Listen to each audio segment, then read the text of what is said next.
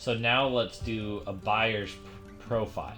Do you see more people buying an investment property? Do you see more buying a permanent residence? Um, I think when it comes to the permanent residence, you always have to be careful.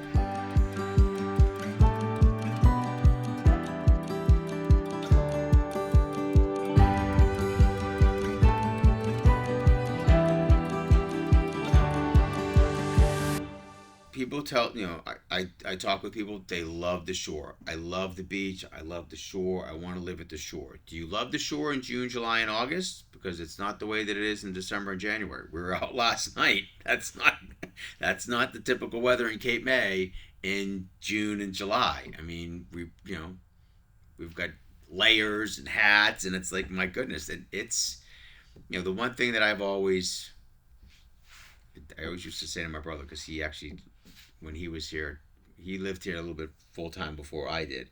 We'd come down and play golf. I'm like, my God, it's always windy at the shore trying to hit a golf ball. And yeah, it's always windy at the shore. It's always. Well, in January, that wind is a little bit different than it is in June, July. Kind of cuts through you a little bit more. So if you want to live at the beach, make sure it's not so much for the right reasons. It's just the beach in June and July is different than it is in January and February. Um, I would say from a standpoint of, to profile a buyer, it's, everyone has their own.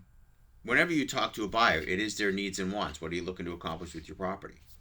I'm looking. Yeah, I would say that the one thing I always caution buyers on is when you use the word investment property. A lot of times people, think like, yeah, I want to get an investment property, a second home. I've got I'm finally looking to do something else and get something I've always wanted to own down at the shore. So I'm going to get an investment property. Okay, are you getting an investment property where you're going to rent it every single day as much as you possibly can, or are you getting a second home?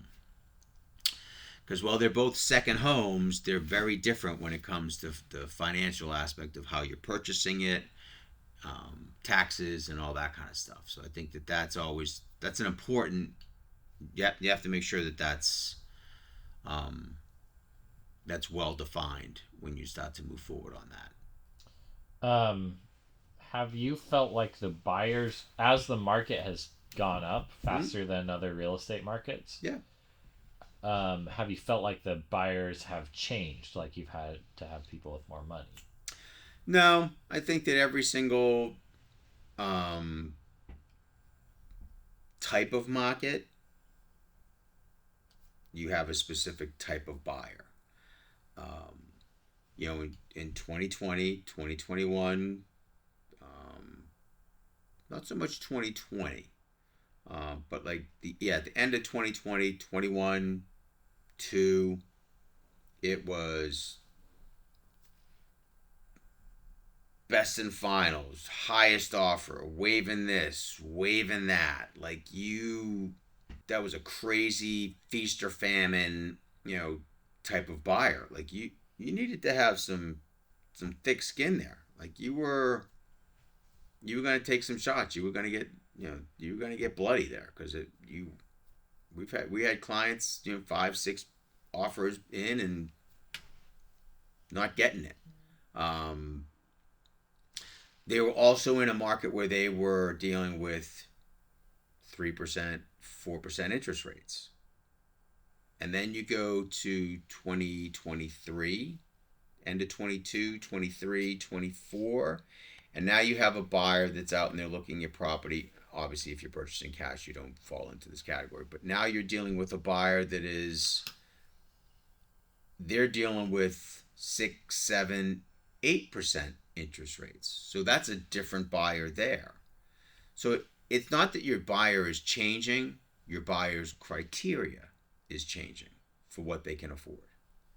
If you had a buyer that was looking in, let's just say we'll use a window of 2020 to the end of 2022. If you had a buyer that was looking for, let's say, a 3-bedroom, 2-bath property, and they never purchased.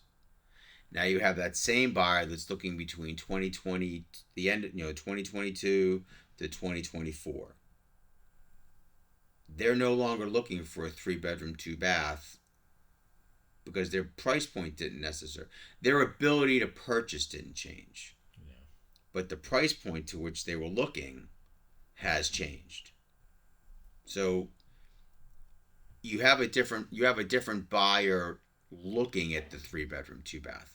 Did they have more money? More than likely they have to, because the person looking for a 3-bedroom, 2-bath property maybe was going to spend $400,000 or $500,000 on a 3-bedroom, 2-bath condo somewhere. You can't get a 3-bedroom, 2-bath $400,000 condo really anymore. So that person's gone, because now there's $700,000. So the buyer profile has changed a bit, just because you have to have more money than you had 4 years ago. Yeah, well, I wouldn't say the buyer's profile has changed. I would say the buyer's criteria and expectation has changed. Their ability to buy something has now, or a need and a want has changed. You want to go buy a car, you want to go buy a Tahoe, or you want to buy a Range Rover, or whatever you want to buy. It's not the same price as it was in 2022. So you think it's like the same buyers, but they're having to spend more money, basically. Yeah. Yeah.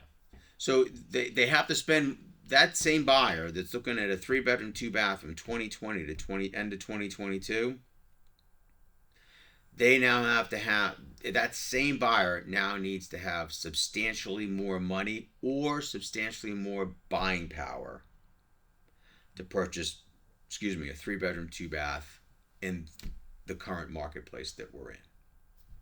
Gotcha.